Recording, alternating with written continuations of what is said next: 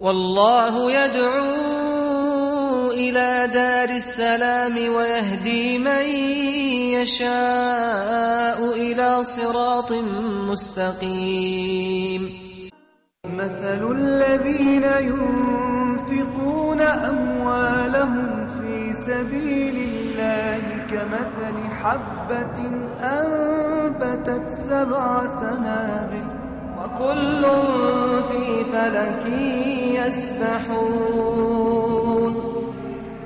ويخلق ما لا تعلمون. بسم الله الرحمن الرحيم. الحمد لله والصلاة والسلام على رسول الله. اللهم صل وسلم وبارك على سيدنا محمد وعلى آله وصحبه ومن والاه. Brothers and sisters, Assalamu alaikum wa rahmatullahi wa barakatuh. Welcome to a new episode of our program, The Universal Quran. We are still talking about chapter of An-Naba, and last time we talked about the beginning and we mentioned some blessings and pleasures that Allah subhanahu wa ta'ala bestowed upon human beings. And the last thing we ended with last time was about وَخَلَقْنَاكُمْ أَزْوَاجًا. We made you in pairs, the male for the female and so on, and with the same nature. And we said that Allah subhanahu wa ta'ala honored all human beings in a way which is over all other creatures, so they should be worth for this honoring, and they should be eligible for the job or for the duty that Allah subhanahu wa ta'ala chosen for them, which is to dwell in the land and to populate and so on. So the human beings should go away from anything which is against the nature upon which Allah subhanahu wa ta'ala created them. As the Prophet ﷺ, he says, مَا مِن مَوْلُودٍ إِلَّا يُولَدُ عَلَى الْفِطْرَةِ. So we have been created in the nature that Allah subhanahu wa ta'ala wanted us for. And then after that, Allah subhanahu wa ta'ala talked about these things in the beginning of the surah, and then Allah subhanahu wa ta'ala, he says, وَجَعَلْنَا نَوْمَكُمْ سُبَاتًا, and this is something very, subhanallah, amazing and something marvelous about the issue of sleep. If let us imagine that Allah subhanahu wa ta'ala created all people without having the ability to sleep, they will die definitely. So sleep is renewing your energy, exactly as if you are, for example, driving, and this is just an example which is not the same or the real example, but it's just something closer to the issue we are discussing here. If you have a car, you are driving for a long time, for example, for about 24 hours continuously, otherwise the car will, for example, burn. And the same thing for human beings. You can't remain awake for continuously 1 week, otherwise you might go crazy or you might die. So Allah subhanahu wa ta'ala gave you this blessing so you can have a kind of rest and you can have a kind of comfort. You are working hard, and then now this is the time when, for example, night comes, you need to have a kind of rest, and you need to just, the body itself is in need for such rest. You can never work for a long time without having a kind of rest, which is giving you exactly like if you are recharging, as if you are charging in the battery. So here you are recharging the body itself.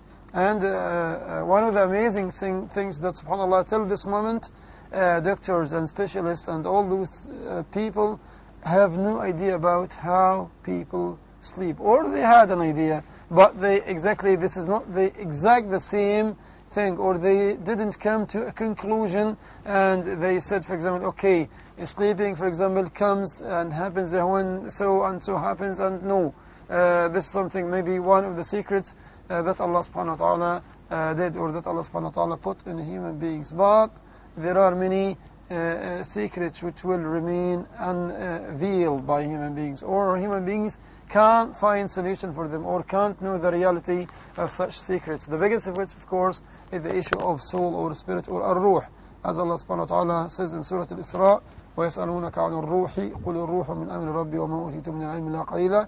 When they ask you about the soul or the spirit, say the knowledge of which is rested with Allah subhanahu wa ta'ala. And then all these kinds of knowledge you have is only something very little compared to the knowledge of Allah subhanahu wa ta'ala.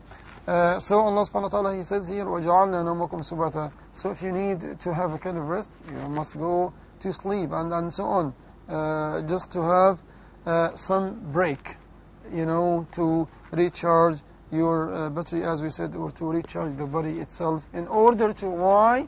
In order to work hard again, in order to worship Allah subhanahu wa ta'ala. So the issue of وَجَعَلْنَا نَوْمَكُمْ سُبَاتًا, the issue of nawm or sleeping has been made by Allah subhanahu wa ta'ala as a gift, as something which will make you feel healthy and have the ability to work. But even subhanAllah, as we usually know, that Islam taught us everything, and even Islam taught you how to, for example, what should you do before you sleep? You first of all, you need to make wudu, and some people, they have, for example, disorder when they sleep, or they have some problems, they are unable to sleep. What, as a Muslim, what should you do? If you have or you are unable to sleep, you just remember Allah subhanahu wa ta'ala, you just make some adhkar and say, in instance, for example, the West, they have proverb which says, count the sheep. In Islam, we don't say that. In Islam, we say, remember Allah subhanahu wa ta'ala, or mention Allah subhanahu wa ta'ala. We have been given many adhkar that we can make before sleep. Once you start doing these things, if you say, for example, subhanallah 100 times or 200 or less than that, you will find yourself, subhanallah, feel asleep, and then you will sleep safely. Okay, so before doing that, we are recommended by the Prophet ﷺ, instead of going to bed, you need to make wudu. Why? Because sleep reminds us of what? Of course, it does remind us of death. Because sleep, as the scholar said, that it is the short or the small death. When you sleep, for example, you are unaware about what's going on around you. So it's exactly as if you died, you know, and then Allah subhanahu wa ta'ala will wake you up again. So the death is, you could say, a little warning to you that you might, for example, as a Muslim, and for example, nobody can guarantee how long he's going to live. Nobody, whatever he is, can give me just one guarantee that when he sleeps, he will wake up again. No, you can't say that, because the issue of waking up is in the hands of Allah subhanahu wa ta'ala. So He gave you the ability to sleep, and He will give you the ability to wake up again. So it reminds us of death, which this sometimes might inflict in one of us. Anytime we need to be ready for meeting Allah subhanahu wa ta'ala, and we need to be ready, of course, for that day, and for which is the final end of all creatures. As Allah subhanahu wa ta'ala said in Surah Al-Rahman, كُلُّ مَنْ عَلَيْهَا فَانٍ, everything on this earth, in this universe, will come to an end. Planets, people, animals, all creatures that Allah subhanahu wa ta'ala created must come to an end, except Allah subhanahu wa ta'ala, as He says in the same surah, وَيَبْقَى وَجْهُ رَبِّكَ ذُو الْجَلَالِ وَالْإِكْرَامِ. So maybe sleeping itself is one of the reminders that Allah subhanahu wa ta'ala is giving to you, that you might sleep, and for example, you might be unable to wake up again. So this, you need to be in a continuous state of worship to Allah subhanahu wa ta'ala.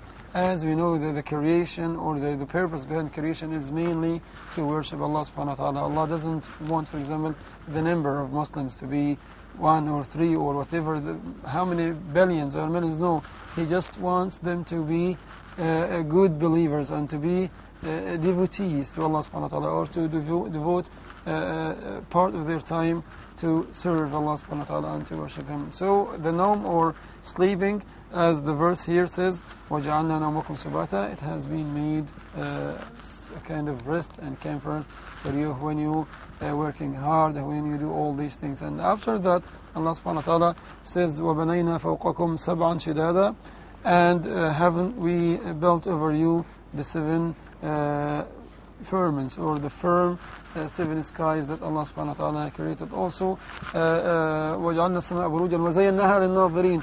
So the skies, as the verse says in Surah Al-Hijr, as maybe a kind of decoration that Allah subhanahu wa ta'ala, He built them, or He raised them, and then have been beautified or decorated by very, very nice and very marvelous stars as a way of decoration, as He says in the other surah. And then Allah subhanahu wa ta'ala says, and He placed therein a light of splendor. Allah subhanahu wa ta'ala provided us with two things. He provided us with the sun during the day, for example, so you can get some heat and you can see. For example, some countries or some areas, they don't have electricity, so they mainly depend on the sun during the day and then on the moon during the night. يهدي به الله من اتبع رضوانه سبل السلام.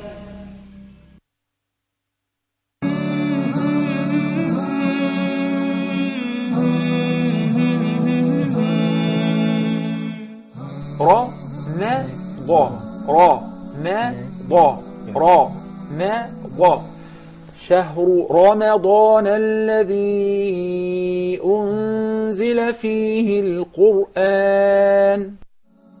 And tajweed is a science that you cannot learn it on your own. يهدي به الله من اتبع رضوانه سبل السلام. وَجَعَلْنَا سِرَاجًا وَهَّاجًا. So Allah subhanahu wa ta'ala provided us with the sun, as I have just said. You use it when electricity, for example, goes off, and in many countries nowadays, you could say, invented some device that mainly work by the sun, like for example some cars, and like for example heating systems, and it is being used as one of the sources for energy nowadays in some areas. The same thing for the moon. Some sailors, they still depend on the moon and the stars in knowing the directions, as Allah subhanahu wa ta'ala said in Surah Al-Nahl, وَعَلَامَاتٍ وَبِالنَّجْمِ هُمْ يَهْتَدُونَ. By the stars they can be guided. And so all these things have been made by Allah subhanahu wa ta'ala, or been provided by Allah subhanahu wa ta'ala for our own welfare and for our own comfort and benefit. And but sometimes, subhanAllah, human beings are ingrateful to Allah subhanahu wa ta'ala, as the verse in Surah Al-Adiyat, إِنَّ الْإِنسَانَ لِرَبِّهِ لَكَنُودٍ. Indeed, he is not grateful to Allah subhanahu wa ta'ala. He, on the contrary, he describes other partners with him. The worst thing is to ascribe, because if you even, and we ask Allah subhanahu wa ta'ala to keep us away from these things, if you want to ascribe, so it's something similar, and nothing of course will never be similar to Allah subhanahu wa ta'ala, as he said in Surah Shura, لَيْسَ كَمِثْلِهِ شَيْءٍ. But the worst thing is when human beings, for example, think about worshipping what? Now I hear that some people, they worship rats and they built temples for such rats. In some countries, people still worship cows. Okay, if the cow, or if the rat, for example, dies, your Lord or your God dies. So where is your mind, where is your mentality that Allah subhanahu wa ta'ala provided you with? Don't you think about that? Don't you think that the cow or the rat or this statue, like some people, for example, worship, so does it benefit you? And if the God can be seen, so it's no longer God, because God can't be seen here. He is the dominator, or he is dominating the whole universe, and you can't see him, because if you see him, this means that you can argue with him and you can't refuse his orders, and you can say, no God, I don't like that, I object, I oppose, I don't accept your opinion. No, this is not the right case. Allah subhanahu wa ta'ala has no equal, and there is nobody similar to him, as he says or confirms this truth in chapter of Al-Ikhlas, sincerity, or Qul Wallahu Ahad. He says, وَلَمْ يَكُنْ لَهُ كُفُوًا أَحَدٍ. Nobody is similar to Allah subhanahu wa ta'ala, and nothing even is equal to him. So when you degenerate or undermine yourself to worship a statue or an animal, for example, or anybody, so this is why. Let us ask ourselves one question that most of the times come to my mind: why people should do that. I'll tell you why.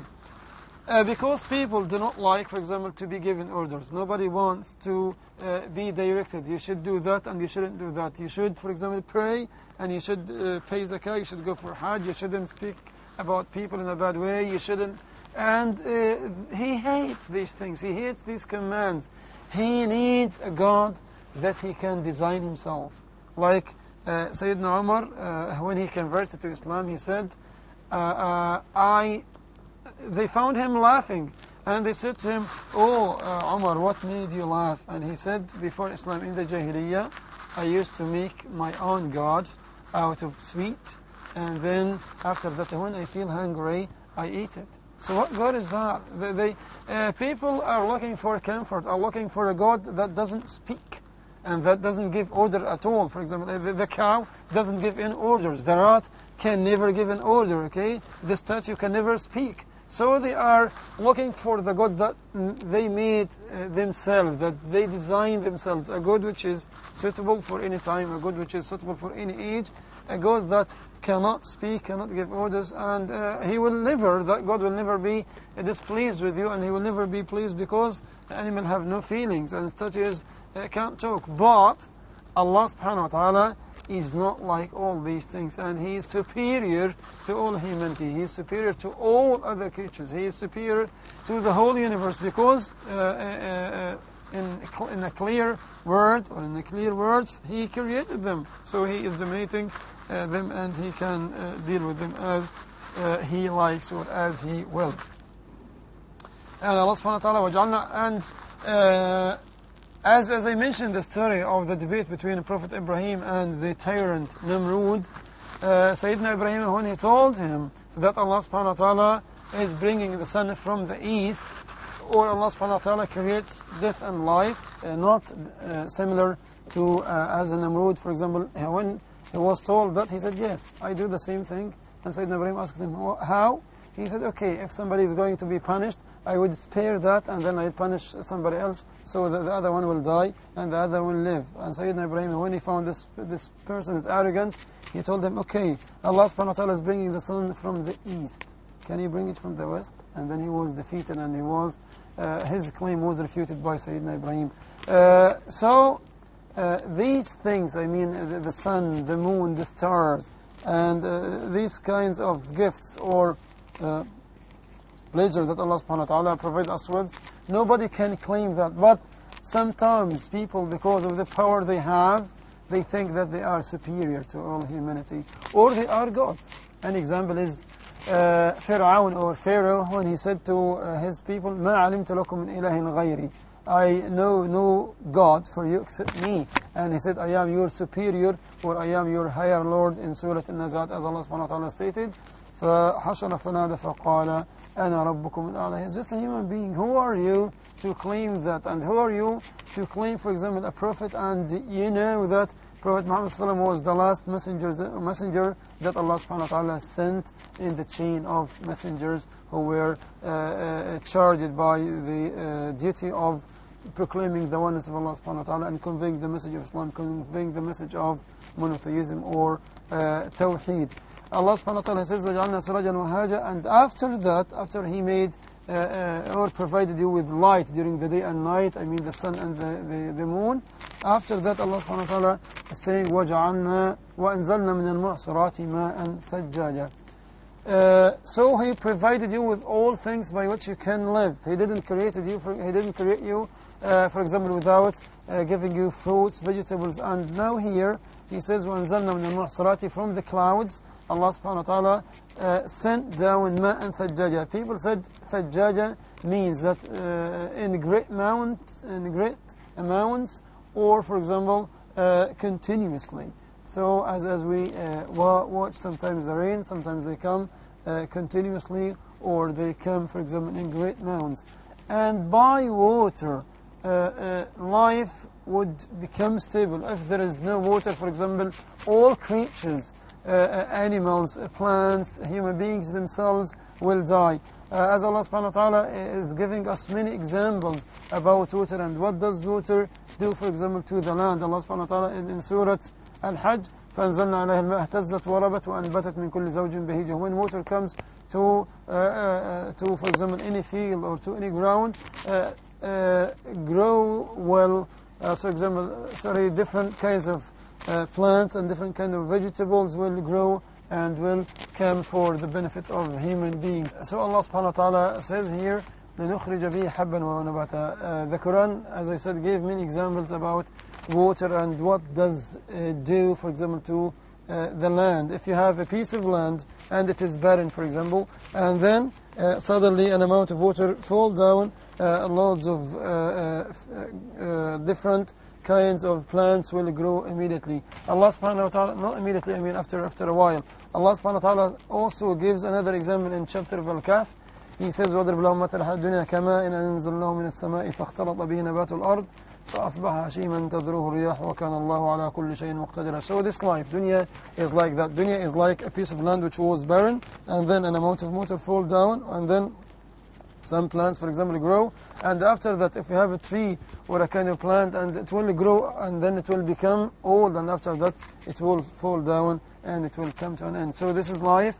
Although it might look nice, it might look beautiful in our eyes, but at the end, it is just tempting you. As the Prophet ﷺ said in the sound hadith, إن الدنيا خضرة حلوة وإن الله مستخلفكم فيها فناظر كيف تعملون فاتقوا الدنيا واتقوا النساء. Allah subhanahu wa ta'ala is just giving you a kind of test. He made life beautiful, sweet to you, just to test you and to know whether you are going to fall in these temptations or you are going to remember Allah subhanahu wa ta'ala, as Sayyidina Yusuf alayhi salatu wasalam, when he was invited by the lady to commit immorality, he remembered Allah subhanahu wa ta'ala, and he said, Allah subhanahu wa ta'ala has been good to me and will be good to me. I will never betray the covenant that I have made with Allah subhanahu wa ta'ala. We need to have a kind of covenant with Allah subhanahu wa ta'ala to avoid anything which might make him displeased with our deeds. So by water, the verse says, say, لَنُخْرِجَ بِهِ حَبًّا وَنَبَاتًا وَجَنَّاتٍ أَلْفَافًا. Through water, we can have different kinds of vegetables and different kinds of fruits. And through water also, life can never go without water. If people, for example, if water stops coming, and then definitely all creatures on this planet will die and will vanish, because Allah subhanahu wa ta'ala, it's the secret anyway behind this life, that Allah subhanahu wa ta'ala gave us all these things by which we can live and upon which we depend, and also in order to remember Allah subhanahu wa ta'ala and in order to remember these blessings that He provided you, because you are His own creature. And He challenged the angels when He said to them, إِنِّي جَاعِلٌ فِي الْأَرْضِ خَلِيفَةً, I'm going to make a vicegerent. And they said to Him, how can you make somebody or this vicegerent who is going to do mischief? And Allah subhanahu wa ta'ala said, إِنِّي أَعْلَمُ مَا لَا تَعْلَمُونَ, I know what you do not know. And then Allah subhanahu wa ta'ala created Adam, and from Adam came Eve, and so on. So in general, we are indebted to Allah subhanahu wa ta'ala. We are grateful to Allah subhanahu wa ta'ala. Really, last night I had a cup of cold water, and I said, subhanallah, if we just remember this blessing, this ni'mah, we will never be ingrateful to Allah subhanahu wa ta'ala. Remember that many people are deprived of this blessing. Remember that hundreds or thousands or maybe millions of people are dying because they don't find a drop of water. Allah subhanahu wa ta'ala gave you this blessing, so you need to take care of it. You shouldn't use water in an extravagant way, or in a way that we have a sound hadith. The Prophet says, even if you are living close to a river, you shouldn't be extravagant in using water, or you should be rational in using water in a good way, because many people will get benefit of it, and it will pass by many people. So everybody must have his share of water, and so on. And these blessings that Allah subhanahu wa ta'ala bestowed upon us, in order to be grateful to Him, in order to remember His blessings, in order not to be complaining all the time. Most people complain nowadays because sometimes, although they have been given many blessings, but they say, okay, we are living in poverty, we need more, I am looking for a good house, I'm looking for a new car. And he doesn't remember those people who are lower than him. He is, for example, a professor, he doesn't remember those people who have no job at all. He is a millionaire, he doesn't remember those people who are moneyless, and so on. So as the Prophet ﷺ, he told us, if you want to remember Allah subhanahu wa ta'ala gifts that He bestowed upon you, remember those who are lower than you and those who were deprived of many things. You have been given many gifts and health and all these things.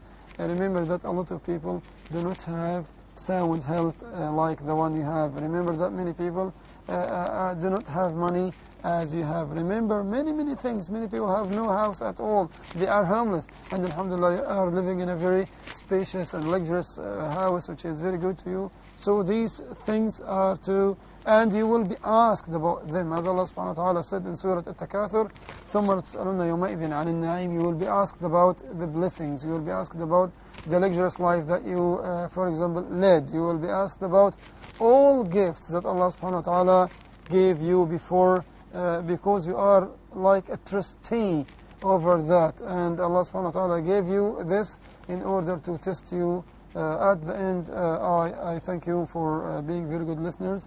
And until we meet again, Assalamu alaikum wa rahmatullahi wa barakatuh.